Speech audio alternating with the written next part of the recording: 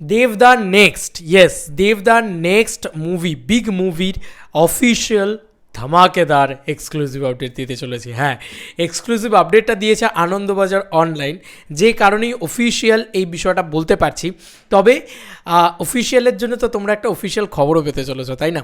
এটা দারুণ দারুণ এক্সক্লুসিভ আপডেট আর কি। আনন্দবাজার অনলাইনের পক্ষ থেকে এই খবর করে দেওয়া হয়েছে। তো আমরা এখন এই খবরটা পড়ব।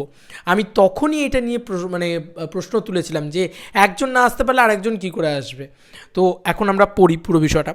দেবের আগামী ছবি প্রতীক্ষায় নেই তাসনিয়া, তাঁর জায়গায় আসছেন কি নুসরাত? চলতি বছরের শেষে শুটিং শুরু হতে পারে অতনু রায়চৌধুরীর প্রতীক্ষার। ভিসা না পাওয়ায় অভিনয় করতে পারবেন না তাসনিয়া ফারিন, বদলে কে? ভারত বাংলাদেশ যাতায়াত এখন অনায়াস নয়, সুযোগ পেয়েও তাই টলিউডের অভিনয়ের সুযোগ হারালেন তাসনিয়া ফারিন।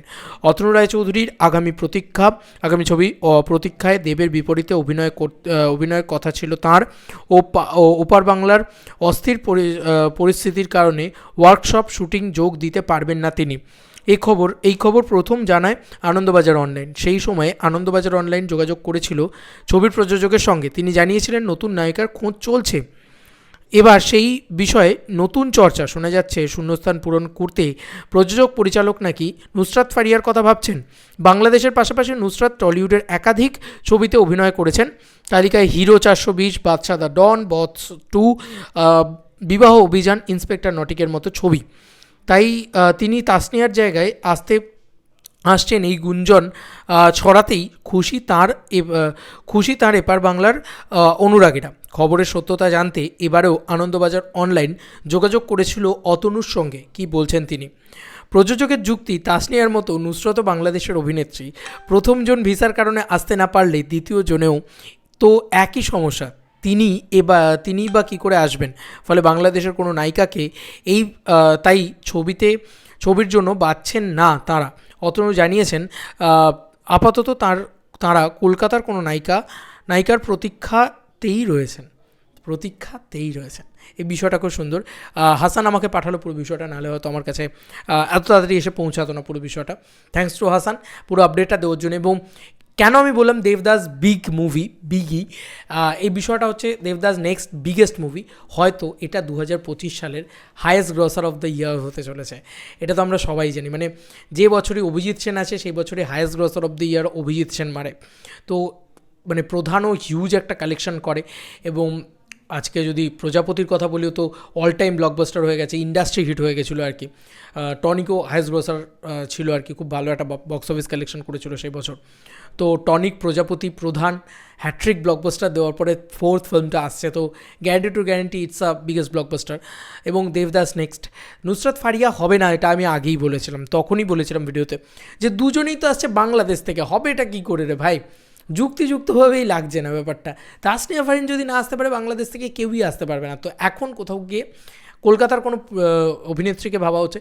আমি শুধু রিকোয়েস্ট করবো অতনু রায়চৌধুরী এবং অভিজিৎ সেনকে যে পুরনো কোনো জুটিকে ফিরিয়ে নিয়ে আসা হোক প্লিজ। মানে দেব কোয়েল বা দেব শ্রাবন্তী, এইগুলো দরকার। শ্রাবন্তীর সাথে যদি একটা জুটি বেঁধে ছবি হয়, আমার মনে হয় দেবী চৌধুরী তো কমপ্লিট হয়েছে, তাই না? এবার তো শ্রাবন্তী করতে পারে একটা ছবি, হোক না দেব শ্রাবন্তী। মানে বিশ্বাস করো লোকে পাগল হয়ে যাবে, বিশ্বাস করো, মানে এত নস্টালজিক লাগে এই জুটিগুলোকে আমাদের। প্লিজ এরকম জুটি ফিরিয়ে নিয়ে আসা হোক, এবার একটা আলাদা লেভেলের মজা হবে আর কি। তো এটা মানে চলতি বছরের শেষ থেকেই আর কি হবে, শুটিং শুরু হবে। তার মানে বোঝা যাচ্ছে যে ওই নভেম্বর ডিসেম্বর থেকেই কিন্তু শুটিং শুরু হয়ে যাবে। তো এটা কিন্তু পয়লা বৈশাখে আসার চান্স প্রবল। দেখা যাক কী হয় না হয়। খুবই excited about Abhijit Sen next, কারণ অভিজিৎ সেন প্রধান যে লেভেলে বানিয়েছে, আমি বলছি মানে প্রজাপতি আমার ভীষণ ভালো লেগেছে, বাট প্রধান ইনফিনিটি লেভেলে গিয়ে ভালো লেগেছে, ভীষণ ভালো একটা সিনেমা হয়েছে। তো অভিজিৎ সেন একজন খুব ভালো পরিচালক, আমার খুব এক্সাইটমেন্ট আছে এই প্রতীক্ষা ছবিটাকে নিয়ে। এবং এটা বাইরেও শুটিং আছে, মিঠুন চক্রবর্তী আছেন, মিঠুন চক্রবর্তী একসঙ্গে। তো আবার একটা প্রজাপতির রেকর্ড যেন ব্রেক করে দেয় এই সিনেমাটা এসে, এটাই চাই আর কি। 2024 বাংলা ছবির জন্য ভালো যায়নি, অভিজিৎ সেন আসেনি, আসবেও না এই বছরে। তো পরের বছর অভিজিৎ সেন আসবে। হিসাব মানে কি বলবো, মানে গড অফ বক্স অফিস হয়ে দাঁড়িয়েছে এখন বেঙ্গল বক্স অফিসের। মানে শিবপ্রসাদ নন্দীরায়কেও হারিয়ে দিতে পারে, যে হারিয়ে মানে একেবারে গোহারান হারিয়ে দিতে পারে, যে সেটা হচ্ছে অভিজিৎ সেন। তো অভিজিৎ সেন আসবে যখন সব গিলে খেয়ে নেবে আর কি, এটা আমার কোথাও গিয়ে মনে হয়। ওই জন্য বললাম যে এটা এখনকার সময় অনুযায়ী দাঁড়িয়ে সব থেকে বড় বাংলা সিনেমা। তো দেখা যাক কে থাকে। আমি চাইছি যেন শ্রাবন্তীদি থাকে, কারণ খেলাঘর বলে একটা ছবির অ্যানাউন্সমেন্ট হয়েছিল, যদিও পরবর্তীকালে ছবিটা শেলফ হয়ে যায়। তো শ্রাবন্তীদি যদি থাকে, শ্রাবন্তীদি বা পরবর্তীতে যদি এমন হয় যে কোয়েল মল্লিক, এরকম কোনো জুটি মানে যেটা আমাদের পুরনো চাইল্ডহুড মেমোরিজকে অ্যাড অন করবে। এক তো দেব মিঠুন চক্রবর্তী, তার সাথে এই জিনিসটা মানে জাস্ট সিনেমা একদম কনফার্ম ব্লকবাস্টার আছে ভাই। তার সাথে অভিজিৎ সেনের রাইটিং, গল্প, মিশেল, দারুণ হবে ব্যাপারটা। আমার তো তাই মনে হয়। তোমাদের কার কি মতামত এন্টায়ার ভিডিওটাকে নিয়ে জানিও কমেন্ট সেকশনে। চলো বন্ধুরা, নতুন কোনো ভিডিওতে দেখা হবে, বাই বাই।